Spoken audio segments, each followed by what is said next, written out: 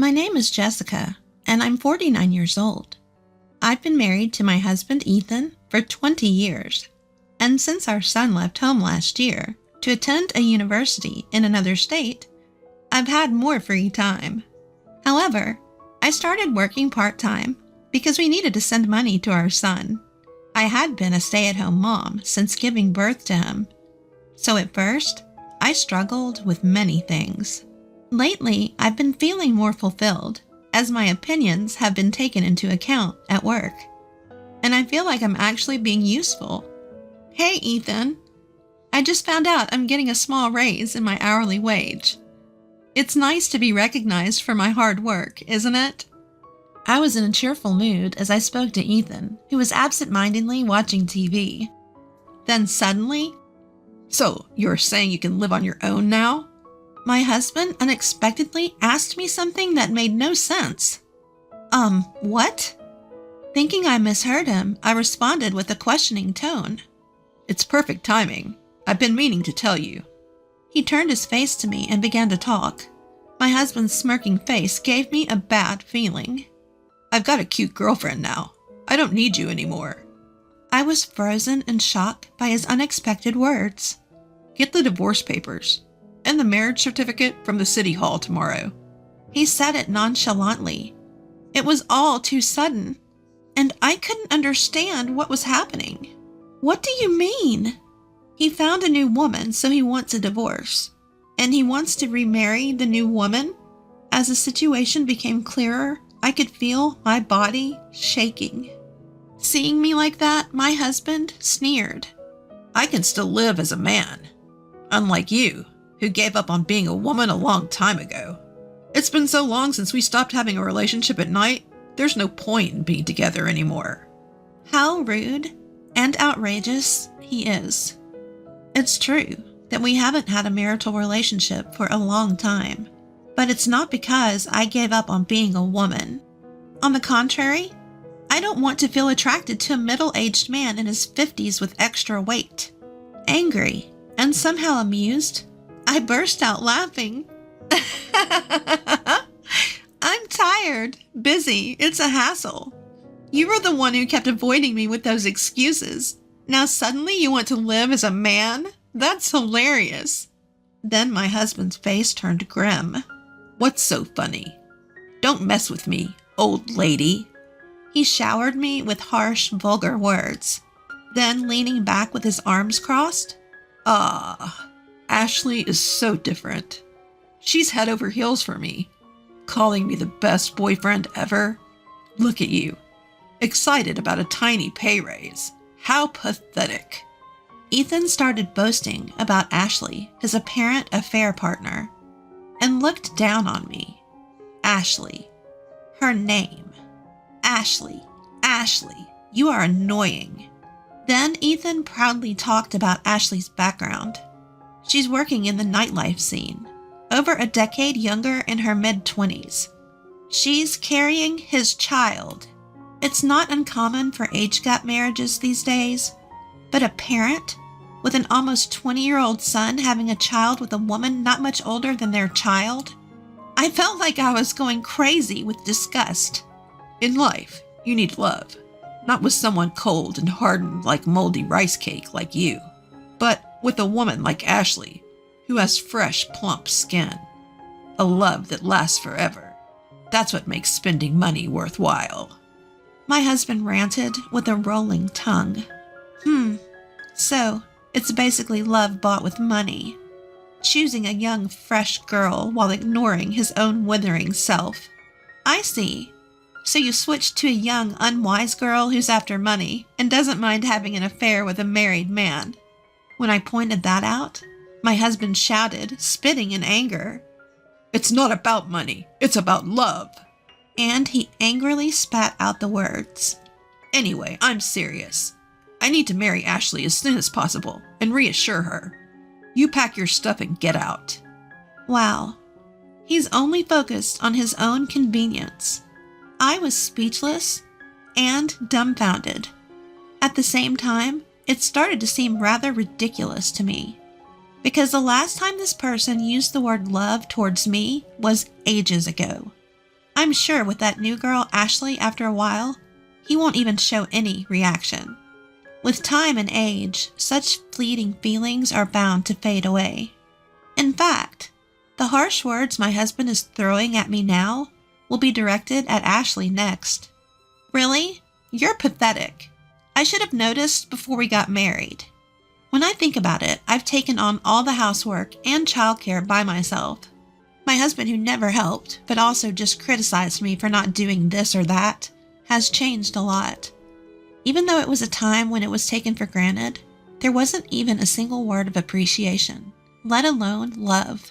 And now, he's discarding me, who has tried so hard, and moving on to a younger woman. I couldn't believe it was a sane decision, but Ethan seemed to take my words as just sour grapes. Well, then there's no problem. Anyway, we'll fill out the paperwork on the next day off. Make sure you have both ready. And with that, he locked himself in the room. For several days after that, I spent sleepless nights and couldn't stop the tears of frustration. Still, outwardly, I pretended not to be bothered. On the next day off, my husband actually invited the other woman to our house. Hi there, Ethan's old wife. I came to help with the paperwork. The woman named Ashley, who casually sat on the sofa and hummed, crossed her legs arrogantly. As my husband said, she had smooth skin, and her confidence in her appearance was evident from her behavior. Being a night worker, her flashy makeup and overly revealing clothes were designed with a dangerously low-cut neckline. Her tight skirt was so short that even I, as a woman, didn't know where to look. But I felt that she didn't really love my husband. If my intuition was correct, her goal was surely I, who had already prepared for divorce, faced her. I didn't intend to resist, but I felt something off about her behavior. Ashley, right? Did you start dating Ethan knowing that he's married? Calling me an old wife means you understand each other's positions, right?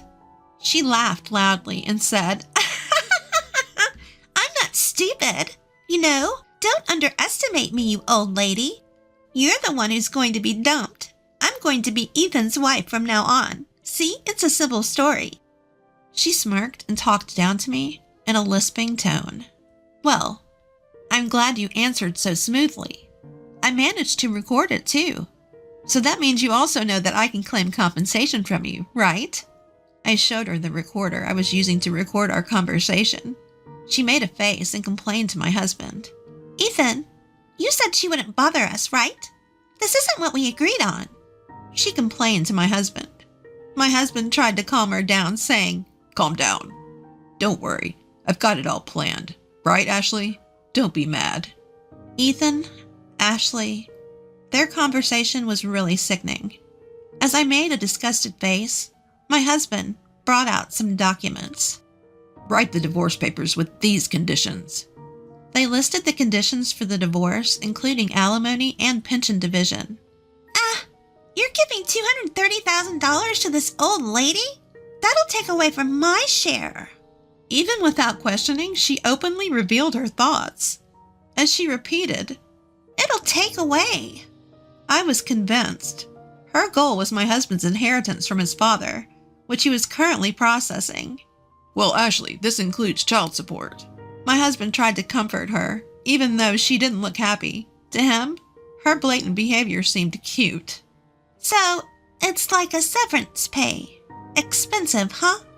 I struggled to control my anger that had reached its peak.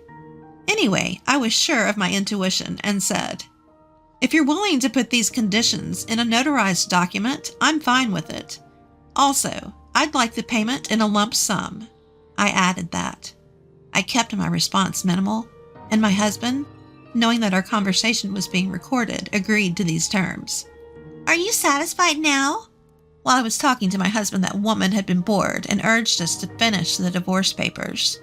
Old lady, make sure to leave by the end of the month, okay? I'm canceling my current place. Once the notarized document is ready, I'll submit the divorce papers. I'll leave as soon as that's done. As I replied, She grumbled with dissatisfaction and reluctantly left. Eventually, the notarized document was finalized, and my husband and I divorced. Then, as if she had been waiting for it, that woman came to kick me out. "Come on, hurry up and leave, and don't dawdle." She laughed and seemed to be enjoying herself. "I just submitted our marriage registration. Now I'm Ethan's wife. This wonderful house is all mine." Reluctantly, I handed her the keys to the front door. Before leaving, I wanted to confirm something and asked, "Isn't Ethan the same age as your parents? If you call me an old lady, since he's older than me, he is an old man. Why did you choose him as your marriage partner?" I asked. Her answer was exactly what I expected.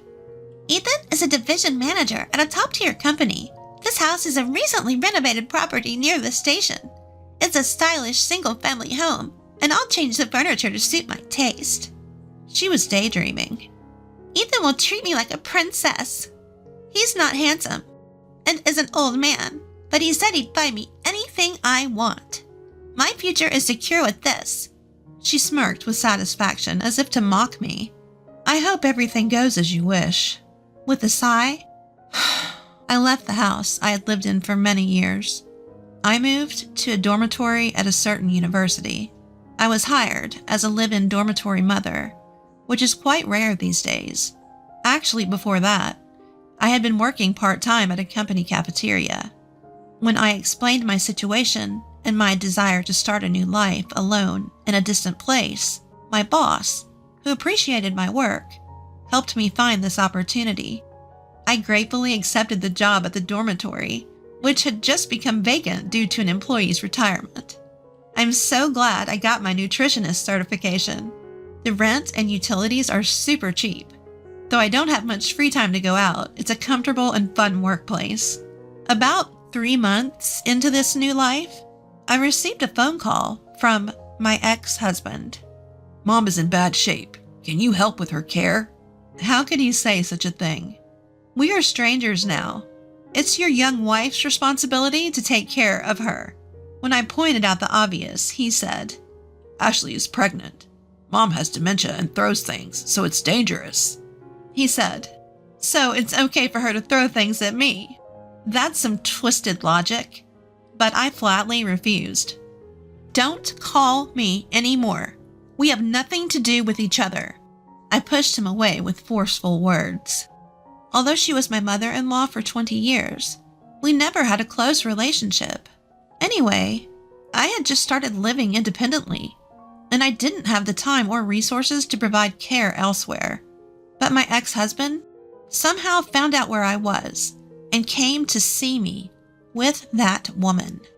"If you can't help, at least return the money we paid as consolation." What a ridiculous demand. I don't think I'm obligated to do that, do you?